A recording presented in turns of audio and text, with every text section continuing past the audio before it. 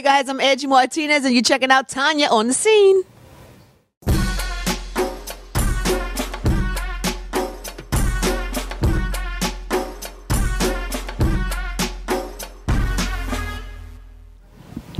Hey you guys, I'm not going to introduce her because as soon as I say her name, you're going to get excited. I'm here with Angie Martinez, and the crowd goes wild. Oh, that's your little sound effects? Thank you. I'm great. It's a pleasure to meet you. You are the talk of New York. You know that. Right off the bat, I want to talk about what your involvement with Dove. You're doing something with self-esteem, which I think is very important. Talk about that. Well, Dove approached me and told me about this event that they do. They do it annual. This was their 5th annual self-esteem weekend, and so they bring girls from. This year we had Girls and Boys Club. We had. Girls Inc. and there was another one on the Girl Scouts. So they picked some girls and they all came down and we did some workshops and taught girls about self-esteem and also talked about leaving a beauty legacy. So it's also about moms and daughters and talking to moms and talking to aunts and talking to women that are teachers to make sure that we don't put our insecurities and transfer them down to our kids and our, because I have like little cousins, my little cousin, and I'm saying, oh, I don't like this about me, or this, oh, I feel fat, or I feel this, then they hear that and they, that translates, and then they take on some work. So we did all these workshops with these girls, and it's about teaching them not only to have self-esteem, but it's also talking to the moms and the sisters and the teachers and talking about how to leave a beauty legacy. Because, if you grew up and your mom is always worried about her waist or her thighs then you grew up with those same issues. And sometimes we don't even realize that we're putting our insecurities onto our younger sisters, our nieces, our, just women who look up to us. So it's important for us to feel good about ourselves and have self-esteem so that we can then have that legacy go on through the girls. And so that's kind of was the message of the event, and the girls were, brilliant. I wasn't 9 and confident enough to be like at the UN asking questions, like, you know what I mean? I was so impressed with them, and they were great. Because, we don't learn that till if you're lucky, you get to a point in your life where you're like, okay, I know who I am, and I'm comfortable, and I'm confident, and I have some self-esteem. But that takes a long time, and these girls, they're getting it now, and it just sets them up to be so much better in life, earlier. And then they have you to talk to them about it, so that was pretty dope, too. That was great. I had them, too. They made me, I had a wonderful day yesterday, thanks to them. Yeah. Let's talk about the marathon. I've heard you talk about this. You're so nervous about it. Yeah. Diddy's giving you tips.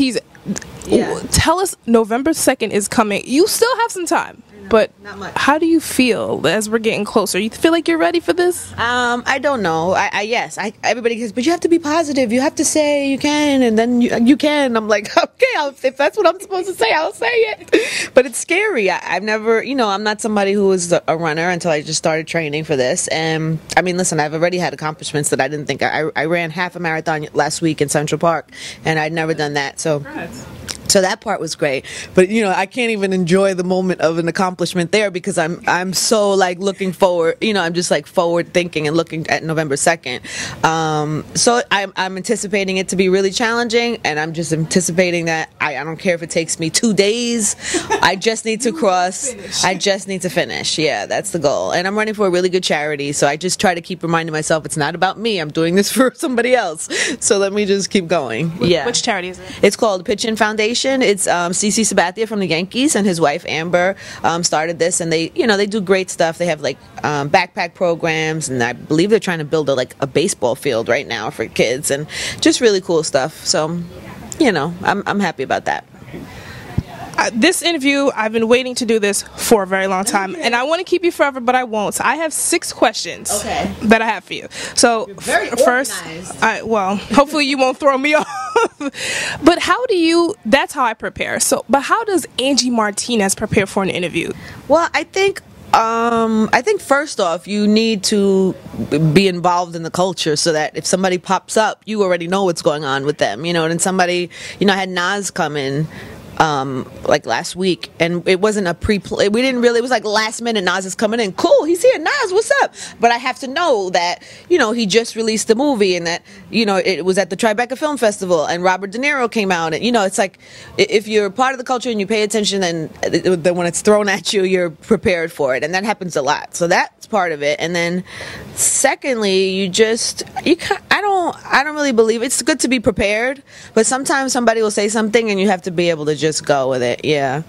And that's really all I got. You know, some of them are great, some of them are not. Some of them are good. You know, I don't think everyone is so great all the time, trust me. What was your most memorable that stuck out in your mind that it didn't go as you planned, but, you know, whatever. I mean. I don't know. I can't, you know, I've told the story before about Jay-Z coming in from the dentist and his tooth was like swollen, he could barely talk. That was super challenging. I was about to go out on like maternity leave, and it was like my last interview, so it was a really big deal, and it was awful. And you know, you just have to be like, this is what it is. You can't sit in it for too long. And we've had so many great interviews since then and before that, and it's fine.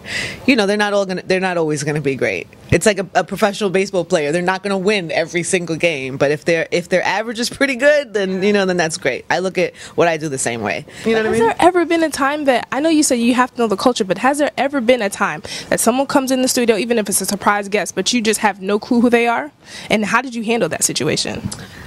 No, there's never been somebody who just walks in. I would never allow that to happen if I don't even know who you are. But sometimes it'll be an artist a new artist. Maybe I've heard of them, but I don't know anything about them yet. That has happened. I interviewed August Alsina before he had a single out on the radio. I mean, he had a mixtape, but he wasn't known yet. He was up and coming. But a friend of mine who worked at Def Jam was like, I really want you to meet this kid and talk to him. And I was like, okay, fine. Whatever. And I fell in love with him, like, first interview. So sometimes that's better, because I could be like, so tell me your story, who are you? Right. And then he told me his story, and his story is like amazing and interesting, and it wound up being a great interview. And now he's like doing amazing, and we have that connection, and he's great. What does Angie do for fun? No cameras, you're not doing your mother thing. What does Angie do for fun?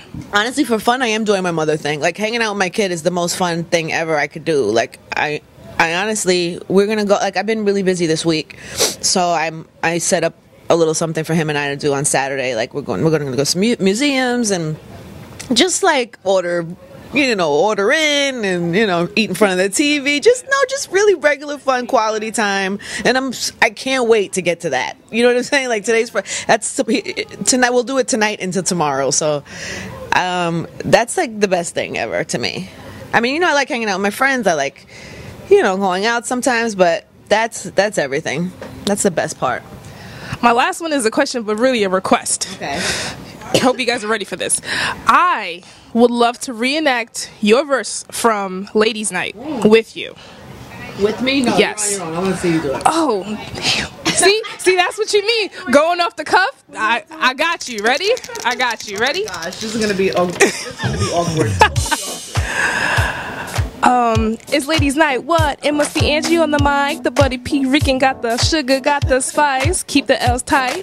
Oh no. See. Roll the L's tight. Keep them rhymes right.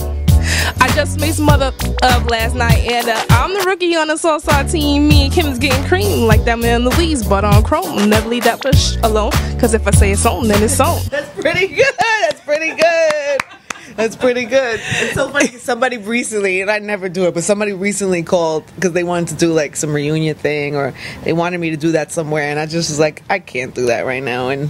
But I should have sent you. You should. See, I could be, maybe when you retire, we can do that. Me and you got. No. We'll talk about that.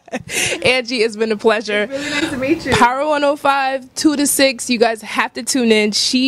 You have so many people on your lineup. You interviewed Oprah too. I remember you said Oprah is like the one person I actually haven't. I interviewed Gail, and every time I talk to Gail, I'm like, Gail, help me, please. I heard you talk about it though when you first started on Power. You said that you're interviewing Oprah and you were nervous about it.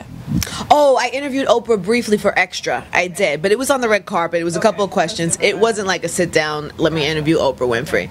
Yeah, so no, but that was cool. What would you ever ask Oprah? I know. That would be one interview I'd have to really prepare for, because I wouldn't want to. It would probably be terrible because I'd be so nervous and out of pocket. But Oprah's so great that she would probably carry it. You know what I mean? I'm sure we'll be looking forward to that. Stay tuned. Oprah, Angie wants to talk to you on the show. Somebody send this to Oprah, for the love of God, please. Stay tuned, guys. The people want it. That's right. Power 105, 2 to 6, Angie Martinez, Tanya on the scene. I'll see you guys later. Thank you, Angie. That was awesome.